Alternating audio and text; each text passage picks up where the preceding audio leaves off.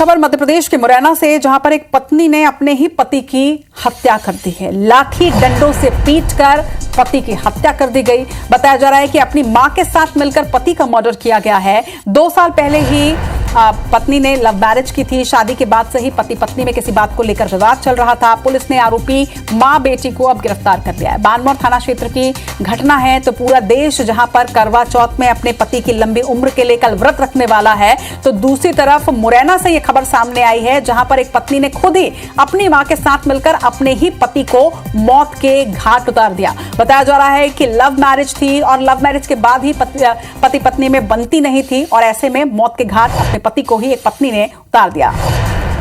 सत्येंद्र हमारे संवाददाता इस वक्त हमारे साथ जुड़ रहे हैं। सत्येंद्र, बेहद सनसनीखेज मामला सामने आया है, जहां पे लाठी डंडों से मिलकर एक मां बेटी ने अपने ही पति को उतार दिया है मौत के घाट।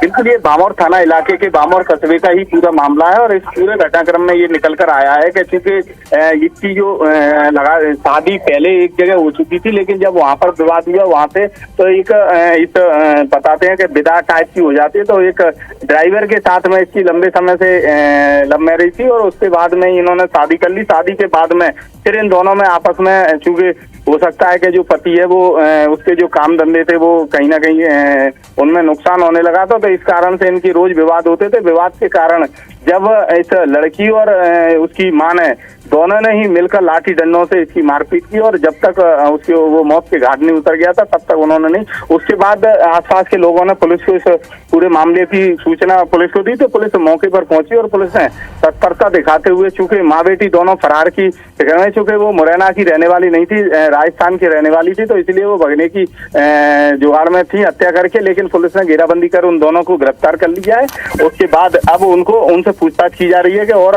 हत्या के कारण क्या है, क्या विवाद कारण थे और कोई अन्य लोग तो नहीं इस पूरे घटनाक्रम में शामिल थे। लेकिन अभी तक फिलहाल ये निकल कर आया है कि इनकी जो लंबे समय से जब उसको जो काम धंधे थे उनमें कहीं ना कहीं नुकसान होने लगा था, इस कारण से लगातार इनमें विवाद होने लगे, जो जैसा पुलिस को पड़ोसियों ने बताया उसके कारण से। जी, तमाम जानकारी के लिए शुक्रिया आपका सत्येंद्र।